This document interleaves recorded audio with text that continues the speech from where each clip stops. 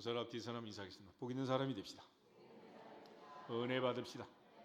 다 잘 될 것입니다. 다 지나갈 것입니다. 할렐루야. 오늘 로마서 7장 말씀을 읽었습니다.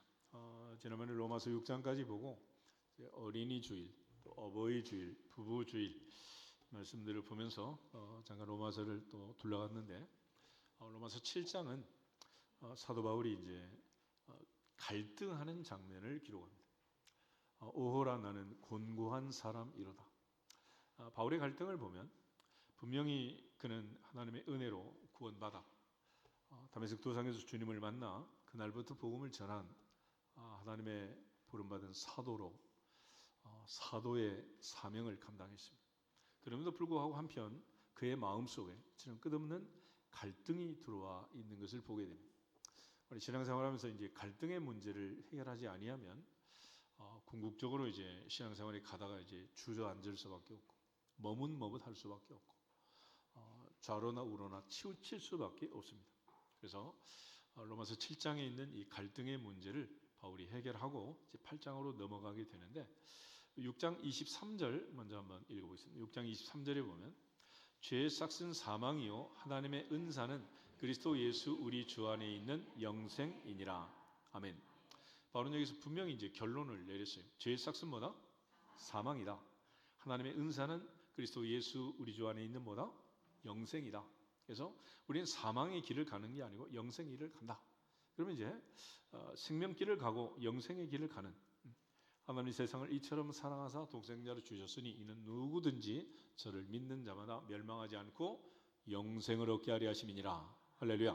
영생의 길에 들어섰는데 왜 자꾸 이 사망의 길이 보이면서 갈등하고 있느냐라는, 갈등하고 있느냐. 그것은 우리가 이제 육을 가지고 이 땅에 살고 있기 때문에 그렇습니다.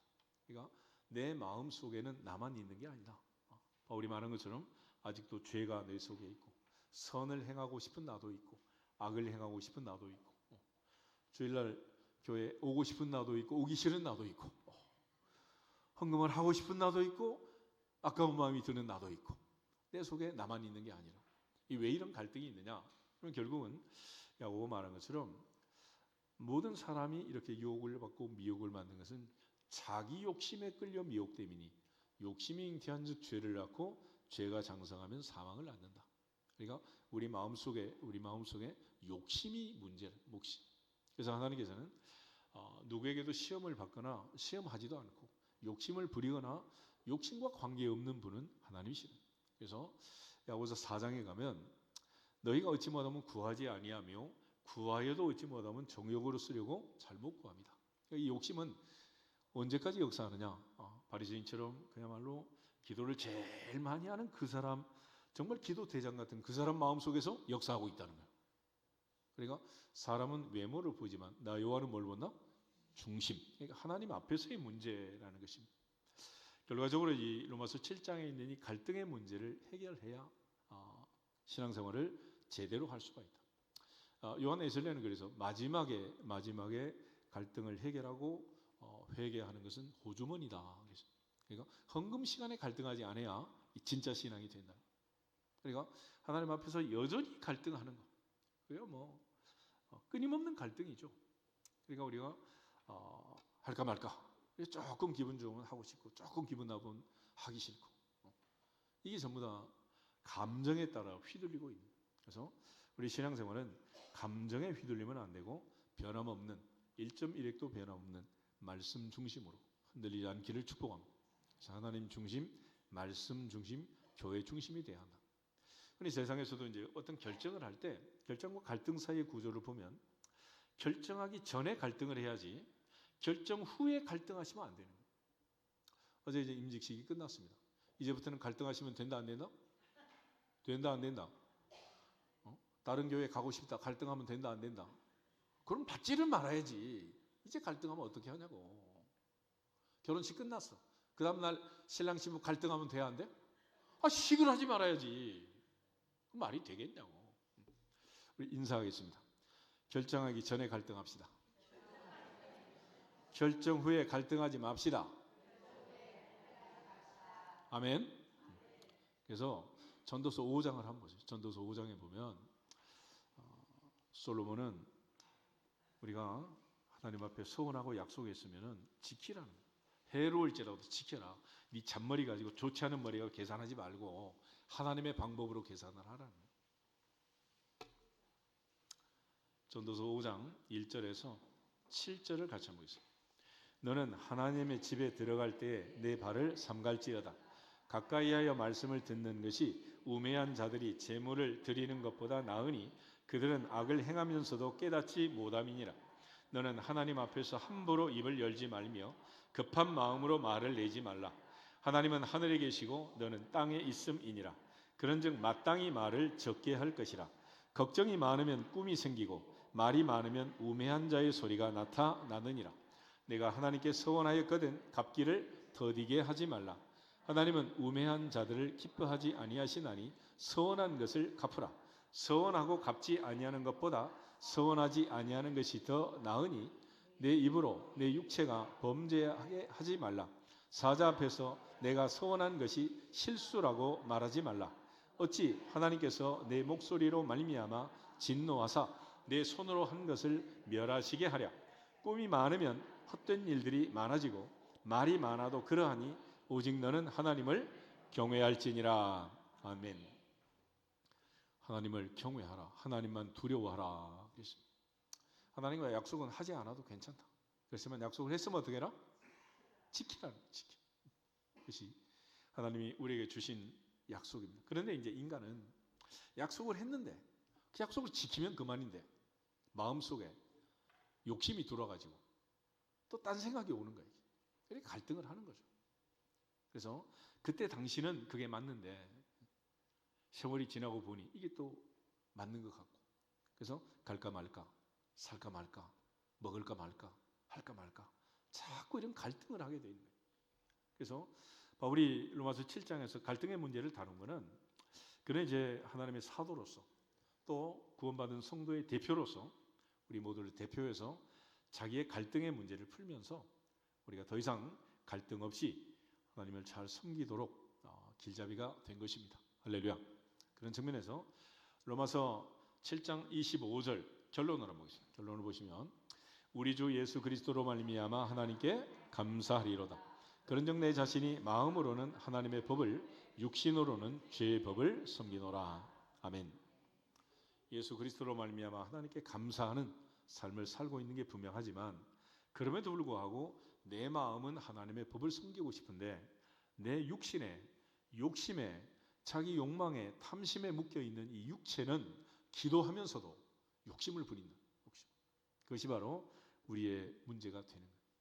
요즘 이제 산천초목이 그야말로 푸르게 자라는 그런 계절인데 우리 교회 담장에 있는 넝쿨 장미도 욕심이 많아가지고 길가로 막 나가잖아.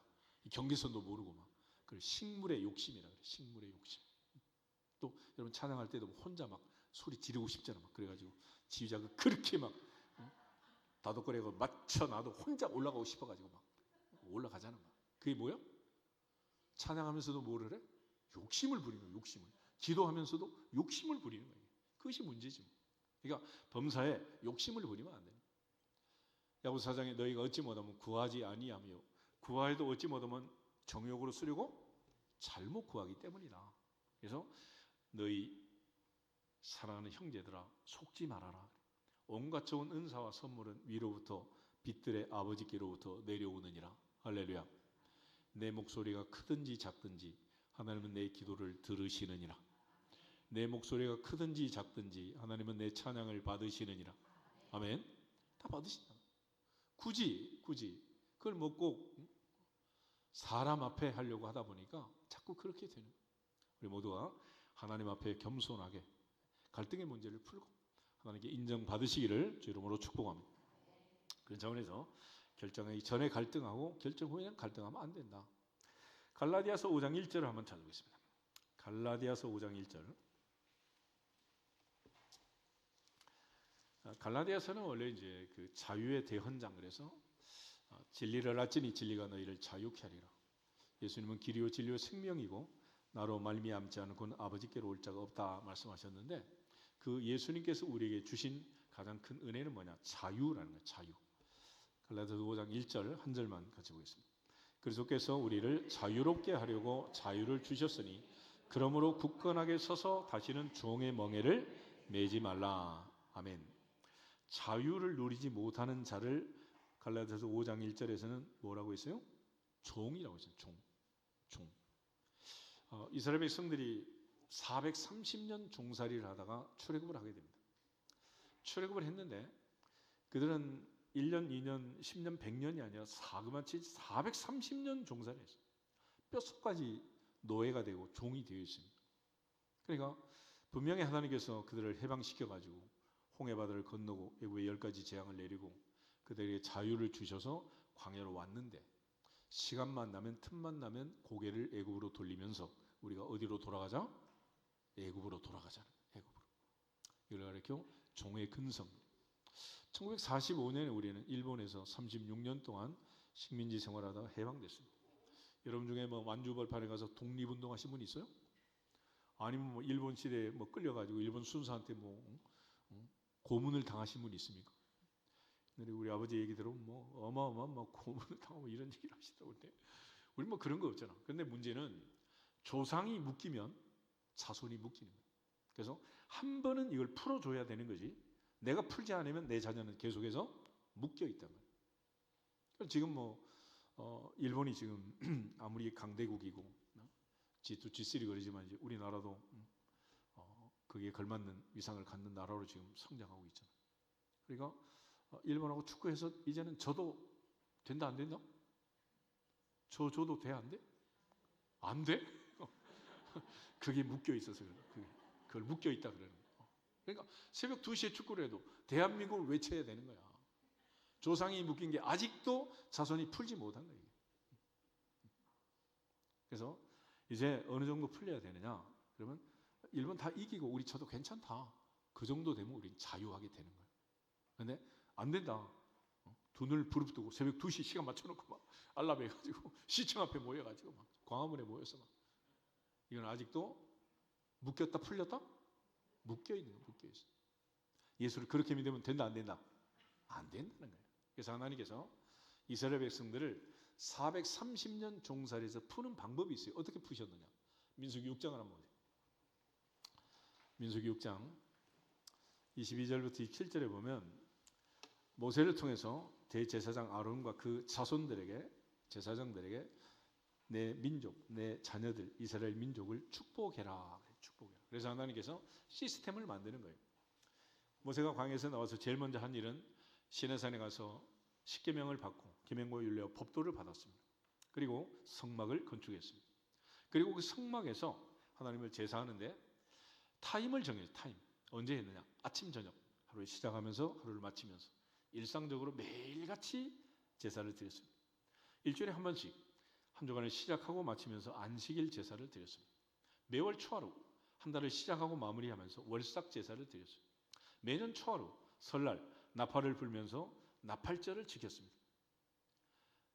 하루를 한 달을 한 주간을 1년을 시작하면서 항상 하나님 앞에서 축복하는 축복. 그리고 6월절, 오순절, 장막절 절기 때마다 이스라엘 백성들을 축복했습니다. 그런데 문제는 그렇게 해도 민수기 13장 14장 보면 10명의 정탐꾼이 원망하는 그 원망에 스펀지가 빨아들이듯이 그들은 모조리 원망하고 60만이 엎드러지는. 그래서 하나님께서 안 되겠다. 너는 안 들어가는 게 좋겠다. 그냥 자손들만 들어가도록 해라. 그래가지고 광야 2세대만 들어가는 거예요. 할머니 할아버지 따라 들어가면 새 집이야 헌 집이야? 그렇게 되는 거예요. 그래서 가지 마라 차라리. 그래서 못 들어가게 하시는 거예요.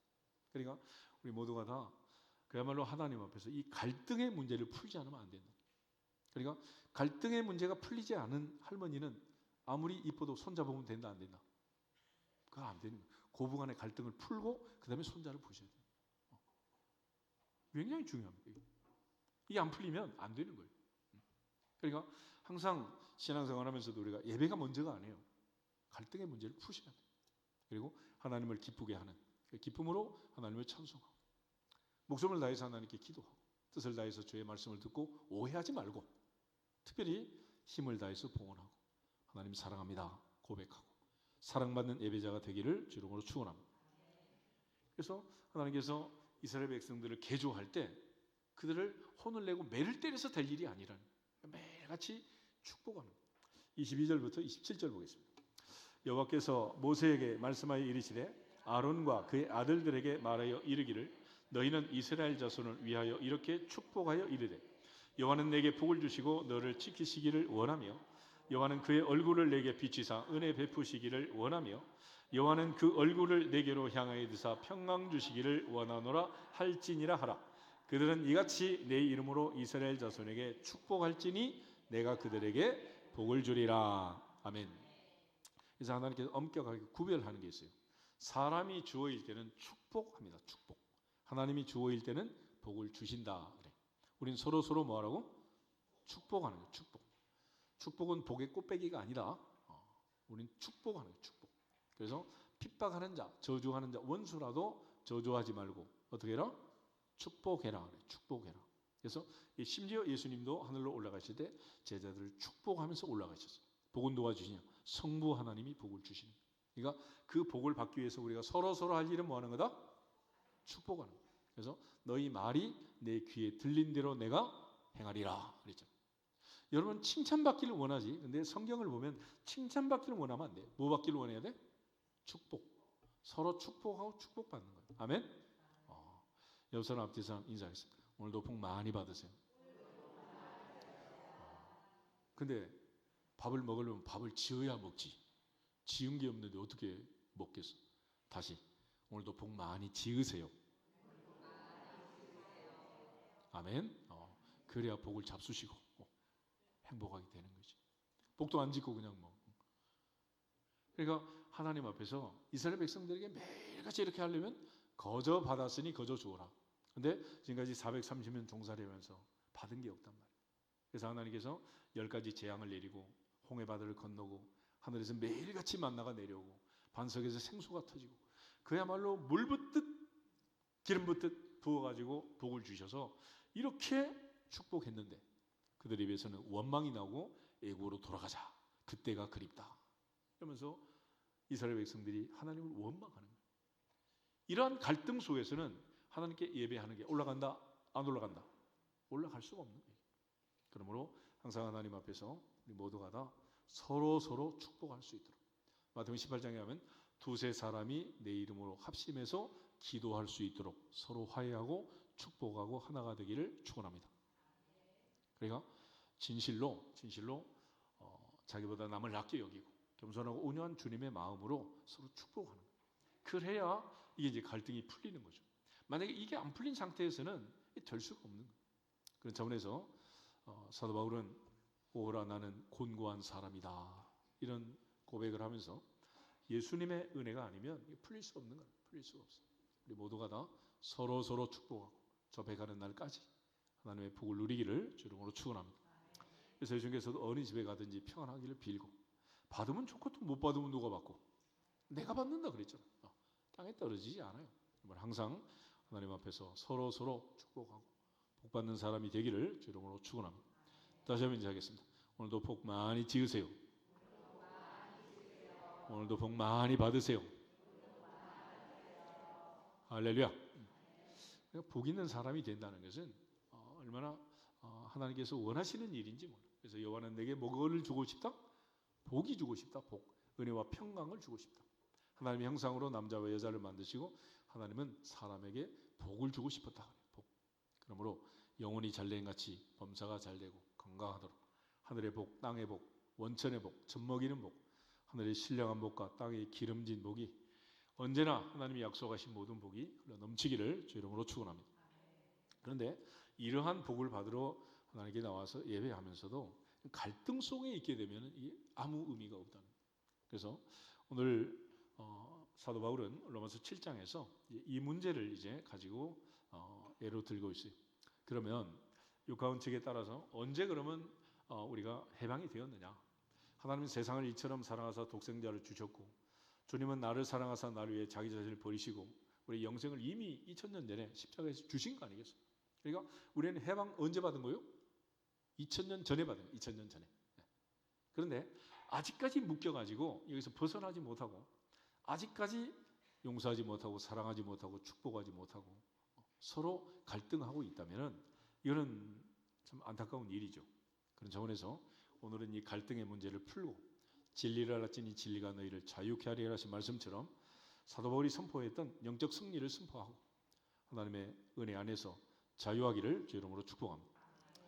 로마서 8장 1절 2절 먼저 한번 읽고 7장 보도록 하겠습니다. 로마서 8장 1절 2절 그러므로 이제 그리스도 예수 안에 있는 자에게는 결코 정죄함이 없나니 이는 그리스도 예수 안에 있는 생명의 성령의 법이 죄와 사망의 법에서 너를 해방하였습니다. 아멘. 이번 2번에 2절에 2번 너를 해방했다는 2번 너를 밑에 보면 뭐라고 돼 있어요? 나를 그랬어요. 나를. 그러니까 너를 해방하는 거 중요하지만 가장 중요한 거는 누가 해방돼야 돼? 나를. 그래서 너를 나를 우리를 해방하신 이 해방을 선포하면서 바울은 7장의 갈등에서 넘어가게 됩니다. 이제는 진리라 할지니 진리가 너희를 자유케 하리라. 우리 주 예수 그리스도로 말미암아 하나님께 감사하리로다. 진정한 자유, 참 자유. 우리를 자유롭게 하려고 자유를 주셨으니 다시는 종의 멍에를 매지 말라 하신 말씀처럼 다시 또 애국으로 돌아가서 묶인다든지 로세 아내처럼 뒤를 돌아보다 소금기둥이 된다든지 이런 비극이 없기를 주 이름으로 축복합니다. 바울처럼 뒤에 있는 것을 잊어버리고 표대를 향하여 주 예수께 붙잡힌 바 된 것을 잡으려고 달려가노라. 쫓아가노라. 할렐루야. 앞을 향해 달려가야 됩니다. 그런 차원에서 이제 7장 넘어가서 1절부터 우리 4절을 같이 한번 보겠습니다. 형제들아 내가 법 아는 자들에게 말하노니 너희는 그 법이 사람이 살 동안만 그를 주관하는 줄 알지 못하느냐. 남편 있는 여인이 그 남편 생전에는 법으로 그에게 매인 바 되나 만일 그 남편이 죽으면 남편의 법에서 벗어나느니라. 그러므로 만일 그 남편 생전에 다른 남자에게 가면 음녀라. 그러나 만일 남편이 죽으면 그 법에서 자유롭게 되나니 다른 남자에게 갈지라도 음녀가 되지 아니하느니라. 그러므로 내 형제들아 너희도 그리스도의 몸으로 말미암아 율법에 대하여 죽임을 당하였으니 이는 다르니 곧 죽은 자의 가운데서 살아나신 이에게 가서 우리가 하나님을 위하여 열매를 맺게 하려 함이라. 아멘. 세상의 법도 이렇다는 거예요. 결혼한 여인은 남편 살아있는 동안은 그 남편을 일부 종사하고 자기 남편으로 섬겨야 돼요. 그렇지만 이제 세상을 떠나게 되면 그 남편의 법에서 벗어나서 재혼을 한다든지 새로운 삶을 산다고 해서 그게 문제가 되지 않는다라는. 마찬가지로 그동안 우리가 율법 아래서 구약시대 백성들처럼 살았다 하더라도 이제는 그 율법의 마지막 최종 선언 죄의 삭은 사망이다 라는 사망의 값을 지불해 주신 우리 주 예수 그리스도를 믿는 그 믿음 안에서 주님에게 와서 우리를 죽은 자 가운데서 다시 살리신 주님을 위하여 하나님을 위하여 열매 맺는 삶을 살 수 있게 되었다라는 것입니다. 그것이 바로 2000년 전 십자가의 의미라고 바울은 설명해 주고 있는 거예요. 그러면 이처럼 우리에게 하나님께서 은혜를 주셔서 자유를 주시고 진정으로 주님을 위해 살 수 있는 복을 주셨는데 그럼 이제 어느 영역에서 어디에서 우리는 그렇게 살 수 있는 거냐. 5절 6절 두 절을 보겠습니다. 우리가 육신에 있을 때에는 율법으로 말미암는 죄의 정욕이 우리 지체 중에 역사하여 우리로 사망을 위하여 열매를 맺게 하였더니 이제는 우리가 얽매였던 것에 대하여 죽었으므로 율법에서 벗어났으니 이러므로 우리가 영의 새로운 것으로 섬길 것이요 율법 조문에 묵은 것으로 아니할지니라. 아멘. 갈라디아서 5장을 한번 보겠습니다. 갈라디아서 5장에 보면 육신에 있을 때 죄의 정욕으로 맺는 열매하고 성령의 열매의 차이가 나와 있습니다.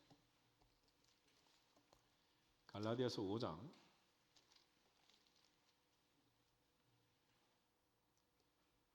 16절부터 21절까지를 먼저 보겠습니다. 내가 이르노니 너희는 성령을 따라 행하라. 그러면 육체의 욕심을 이루지 아니하리라. 육체의 소욕은 성령을 거스리고 성령은 육체를 거스리나니 이 둘이 서로 대적하므로 너희가 원하는 것을 하지 못하게 하려 함이니라. 너희가 만일 성령의 인도하시는 바가 되면 율법 아래 있지 아니하리라. 육체의 일은 분명하니 곧 음행과 더러운 것과 호색과 우상 숭배와 주술과 원수 맺는 것과 분쟁과 시기와 분냄과 당짓는 것과 분열함과 이단과 투기와 술취함과 방탕함과 또 그와 같은 것들이라. 전에 너희에게 경계한 것 같이 경계하노니 이런 일을 하는 자들은 하나님의 나라를 유업으로 받지 못할 것이요. 아멘. 성령의 인도함을 받지 않고 육체의 소욕을 따라 욕심 부리며 살면 결과는 이렇다. 이런 육체의 열매를 맺는다 그랬습니다. 그렇지만 이제 성령의 인도하심을 받으면 어떤 일이 벌어지냐. 22절부터 26절까지 보겠습니다. 오직 성령의 열매는 사랑과 희락과 화평과 오래 참음과 자비와 양성과 충성과 온유와 절제니 이 같은 것을 금지할 법이 없느니라. 그리스도 예수의 사람들은 육체와 함께 그 정욕과 탐심을 십자가에 못 박았느니라. 만일 우리가 성령으로 살면 또한 성령으로 행할지니 헛된 영광을 구하여 서로 노엽게 하나 서로 투기하지 말지니라. 아멘. 그래서 성령의 인도하심을 받고 성령이 역사하는 성령이 이끄는 삶을 살면 성령의 열매를 맺는데 이 같은 것을 금지할 법은 없다. 사과나무에 사과가 열리고 배나무에 배가 열리는 것을 금지할 법이 어디 있겠습니까? 하나님의 은혜 안에서 우리 모두 성령 충만한 삶을 살아낼 수 있기를 주 이름으로 축원합니다. 그런 차원에서 이제 바울은 특별히 7절부터 13절 말씀을 보면 7절부터 13절 말씀 로마서 7장 7절부터 13절에 보면 이제 율법과 죄인의 관계 또 갈등 구조를 일으키는 그리고 우리가 어떤 삶을 살아야 할 것인가라는 것들을 강조합니다. 그래서 율법은 무엇이 죄인가를 우리에게 알려주었고 그 죄로부터 자유롭게 했고 또 죄를 깨우쳐 주었다. 그렇지만 계명 자체가 문제가 있는 건 아니라 항상 사람이 문제다라는 것을 강조하고 있습니다. 먼저 7절 말씀부터 10절까지를 같이 한번 보겠습니다. 그런즉 우리가 무슨 말을 하리요? 율법이 죄냐? 그럴 수 없느니라. 율법으로 말미암지 않고는 내가 죄를 알지 못하였으니 곧 율법이 탐내지 말라 하지 아니하였더라면 내가 탐심을 알지 못하였으리라. 그러나 죄가 기회를 타서 계명으로 말미암아 내 속에서 온갖 탐심을 이루었나니 이는 율법이 없으면 죄가 죽은 것임이라. 전에 율법을 깨닫지 못했을 때에는 내가 살았더니 계명이 이름에 죄는 살아나고 나는 죽었도다. 생명에 이르게 할 그 계명이 내게 대하여 도리어 사망에 이르게 하는 것이 되었도다. 아멘. 바울은 여기서 율법 자체가 죄는 아니다. 그래서 율법 자체가 죄는 아니다. 또 율법과 계명은 마음속의 죄를 드러내 줄 뿐이다. 그래서 8절에 보면 그러나 죄가 기회를 타서 계명으로 말미암아 내 속에서 온갖 탐심을 이루었나니 이는 율법이 없으면 죄가 죽은 것이다. 그러니까 율법이 탐내지 말라 그러지 않았으면 탐심이 뭔지도 모르고 뭐가 뭔지도 모르고 그저 죄를 짓고 살았을 거라는 거죠. 그래서 율법은 계명은 우리로 하여금 경계선을 그어주는 것이고 그 경계선을 그어서 우리로 하여금 하나님의 말씀대로 살도록 하는 것이다 라는 것입니다. 그렇기 때문에 계명 자체는 사람을 죽이고 살릴 수 있는 힘이 없어요. 그것을 지키고 지키지 않는 결과에 대해서 하나님이 주장하시는 것입니다. 11절부터 13절 계속해서 한번 보겠습니다. 죄가 기회를 타서 계명으로 말미암아 나를 속이고 그것으로 나를 죽였는지라. 이로보온데 율법은 거룩하고 계명도 거룩하고 의로우며 선하도다. 그런즉 선한 것이 내게 사망이 되었느냐? 그럴 수 없느니라. 오직 죄가 죄로 드러나기 위하여 선한 그것으로 말미암아 나를 죽게 만들었으니 이는 계명으로 말미암아 죄로 심히 죄 되게 하려 함이라. 아멘. 그래서 하나님의 계명은 죄가 무엇인가를 분명히 드러내는 역할을 한다. 그러니까 십계명을 통해서 우리가 조목조목 대조해 보면 주여 나는 죄인이로소이다. 고백할 수밖에 없는 거예요. 그래서 계명은 율법은 우리가 죄인임을 드러내 주는 것입니다. 그렇기 때문에 계명 자체는 거룩하고 선하고 의롭고 확실하게 우리의 죄를 드러낼 뿐이지 그 자체가 문제가 되지 않는다. 결과적으로 이제 그걸 지키지 못하는 사도 바울, 구원받은 성도들, 그들의 갈등을 이제 14절부터 기록해 주고 있습니다. 그런 측면에서 여기서 이제 오호라 나는 곤고한 사람이로다. 그런데 나는 누구인가? 나는 물론 사도 바울이지만은 구원받은 모든 성도들의 대표로서 그는 이 갈등 구조에서 가장 먼저 갈등을 느끼고 해결한 사람으로서 오늘 우리가 이런 갈등을 겪을 때 이렇게 해결하라, 이렇게 넘어갈지어다 라고 본보기를 보여주는 거예요. 그런 차원에서 우리가 갈등하는 내용들, 그것이 무엇인가 라는 것을 먼저 생각하면서 이 갈등에서 벗어났으면 좋겠습니다. 먼저 14절 말씀부터 18절을 같이 보겠습니다. 우리가 율법은 신령한 줄 알거니와 나는 육신에 속하여 죄 아래 팔렸도다. 내가 행하는 것을 내가 알지 못하노니 곧 내가 원하는 것은 행하지 아니하고 도리어 미워하는 것을 행함이라. 만일 내가 원하지 아니하는 그것을 행하면 내가 이로써 율법이 선한 것을 시인하노니 이제는 그것을 행하는 자가 내가 아니요 내 속에 거하는 죄니라. 내 속 곧 내 육신에 선한 것이 거하지 아니하는 줄 아노니 원함은 내게 있으나 선을 행하는 것은 없노라. 아멘. 바울은 여기서 분명한 한 가지 깨달음을 갖게 됩니다. 내 속에는 나만 있지 않다. 선을 행하기 원하고 새벽기도 하고 싶고 주일 성수하고 싶고 전도하고 싶고 선교하고 싶고 봉헌도 하고 싶고 앞장서서 일하고 싶은 내가 있는데 이걸 자꾸 갈등 구조를 만들어 가지고 삐딱하게 만들고 넘어지게 만들고 시험 들게 만들고 자꾸 나만 하지 않고 바리새인처럼 남도 못하게 하는 이런 이상한 마음들이 들어와 가지고 나를 흔들어대는 내 속 곧 내 육신에 선한 것이 거하지 않은 줄 아노니 원함은 내게 있으나 선을 행하는 게 없다. 예수께서 잠자는 베드로에게 했던 말씀이 있죠. 마음에는 원이로되 뭐가 약하다? 육신, 몸이 그렇다. 그러니까 내 몸이 하고 싶은 대로 하면은 안 된다는 거예요. 내 몸이. 그러니까 이 몸을 복종시켜라. 그래서 항상 우리는 육신의 정욕, 안목의 정욕, 이생의 자랑을 이기고 내 몸이 원하는 걸 하면 안 된다. 그래서 먹을 때도 몸이 원하는 걸 먹지 말고 몸에 좋은 것을 드시옵소서. 그래 건강하지 않겠어요? 그러니까 내가 하고 싶은 것을 하는 것보다 해야 할 일을 하는 사람이 윤리적이고 좀 더 도덕적인 사람 아니겠어요? 근데 요즘은 세상이 바뀌어가지고 해야 할 일, 중요할 일은 제쳐놓고 네 하고 싶은 대로 해라 막 그러잖아요. 그래서 애들이 학교 다니면서 하고 싶은 일을 지멋대로 하고 성장하기 때문에 나중에는 하기 싫은 일을 해야 되는 거예요. 지금 해야 할 일을 마땅히 해놓으면 나중에 하고 싶은 일을 할 수 있게 됩니다. 근데 지금 하고 싶은 일을 먼저 다 해버리면 나중에는 어떻게 돼? 하기 싫은 일, 하지도 못하는 일, 그 일들을 하면서 끌려가는 인생을 사는. 그러므로 늘 성령 안에서 모두가 다 내 속에 거하는 것이 무엇인가라는 걸 깨닫고 이 영적 전쟁에서 반드시 승리할 수 있기를 주 이름으로 축복합니다. 바울이 여기서 놀라운 깨달음을 갖게 되는 것은 19절부터 21절인데 같이 한번 읽어보시죠. 19절 21절 내가 원하는 바 선은 행하지 아니하고 도리어 원하지 아니한 바 악을 행하는도다. 만일 내가 원하지 아니하는 그것을 하면 이를 행하는 자는 내가 아니요 내 속에 거하는 죄니라.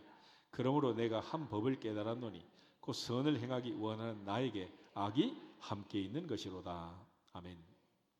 세상에 선한 사람, 악한 사람이 따로 있지 않고 선과 악이 누구 속에 있다? 내 속에 있다는. 바울이 이걸 깨달은 거예요. 이걸. 그러니까 우리는 흔히 세상에서 선한 사람, 악한 사람, 죄인이 있고 의인이 있고 감옥에 가둘 사람이 있고 석방시킬 사람이 있는 줄 알지만은 바울의 고백을 보면 사실은 내 속에 이중성을 가지고 내 속에 다 들어있다. 내 속에. 어느 게 역사하느냐, 어느 게 출렁거리냐, 어느 게 주도권을 가지고 나를 이끌어 가느냐에 따라서 내 삶이 좀 더 하나님 앞에 단정할 수도 있고 출렁거릴 수도 있다. 그런 뜻입니다.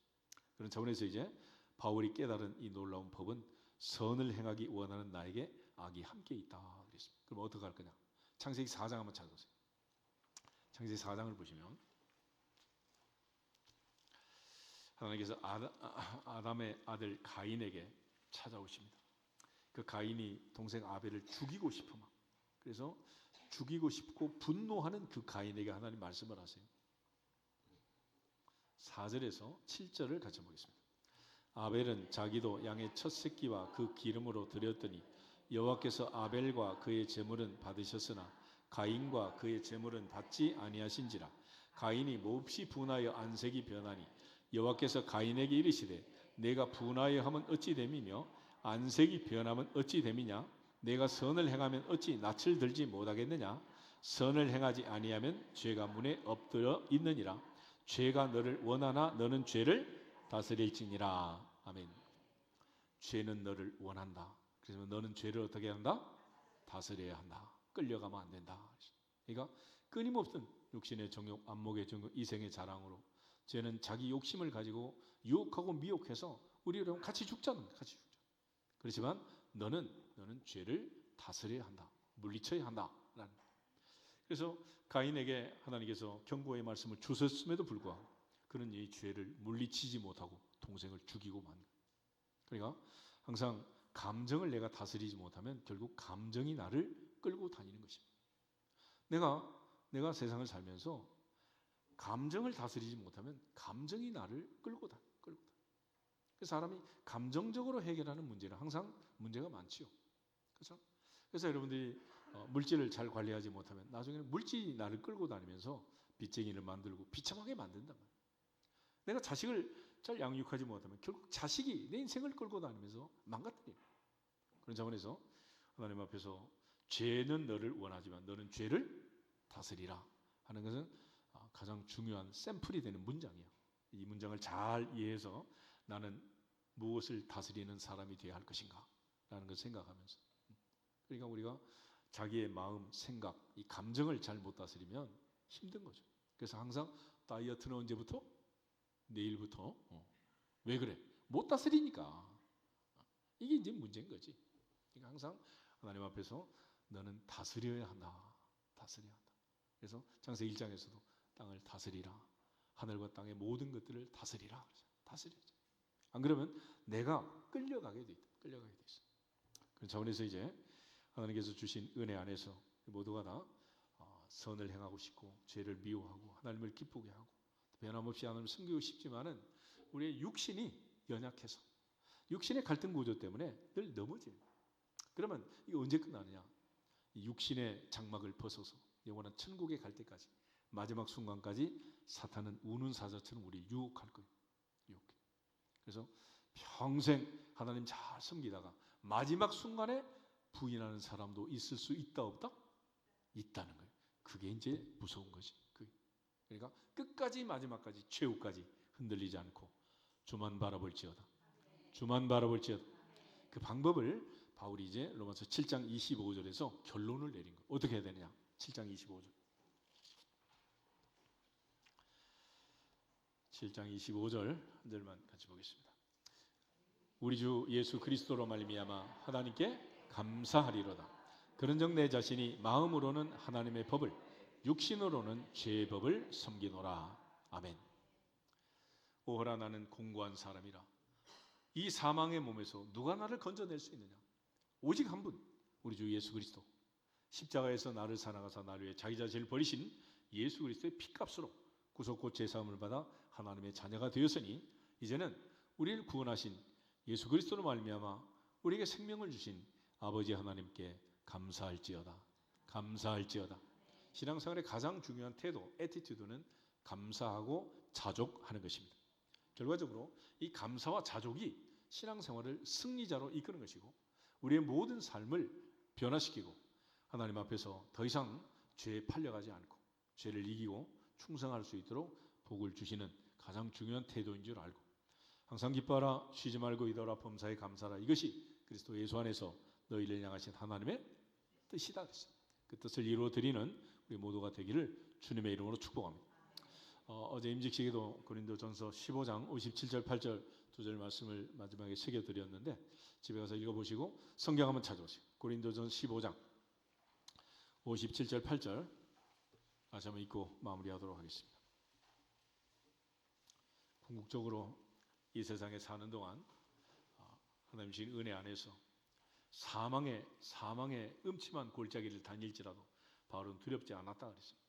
사망아 너의 승리가 어디 있느냐? 사망아 네가 쏘는 것이 어디 있느냐? 사망이 쏘는 것은 죄요, 죄의 권능은 율법이다. 그러면서 57절 8절 보겠습니다. 우리 주 예수 그리스도로 말미암아 우리에게 승리를 주시는 하나님께 감사하노니 그러므로 내 사랑하는 형제들아 견실하며 흔들리지 말고 항상 주의 일에 더욱 힘쓰는 자들이 되라. 이는 너희 수고가 주 안에서 헛되지 않은 줄 알미라. 아멘. 우리에게 승리를 주시는 하나님 앞에 감사하자. 할렐루야. 그것만이 이기고 승리하고 하나님 영광을 돌리는 갈등을 벗어나는 방법입니다. 그러므로 한마디로 전능하사 천지를 만드신 하나님 아버지를 믿고 나를 사랑하사 나를 위하여 자기 자신을 버리신 우리 주 예수 그리스도를 믿는 믿음 안에서 살고 환난이나 공고나 기근이나 적신이나 위험이나 칼이나 그 어떤 것도 우리를 끊을 수 없는 그리스도 예수 안에서 승리를 보장한 성령 하나님의 승리의 약속을 믿고 믿음으로 승리하는 우리 모두가 되기를 주 이름으로 축복합니다. 옆 사람 앞뒤 사람 우리 인사하고 기도하겠습니다. 아버지 하나님께 감사합시다. 할렐루야. 다 같이 주 예수 그리스도의 이름으로 감사할지어다 선포하고 기도하겠습니다. 주 예수 그리스도의 이름으로 감사할지어다 감사할지어다 감사할지어다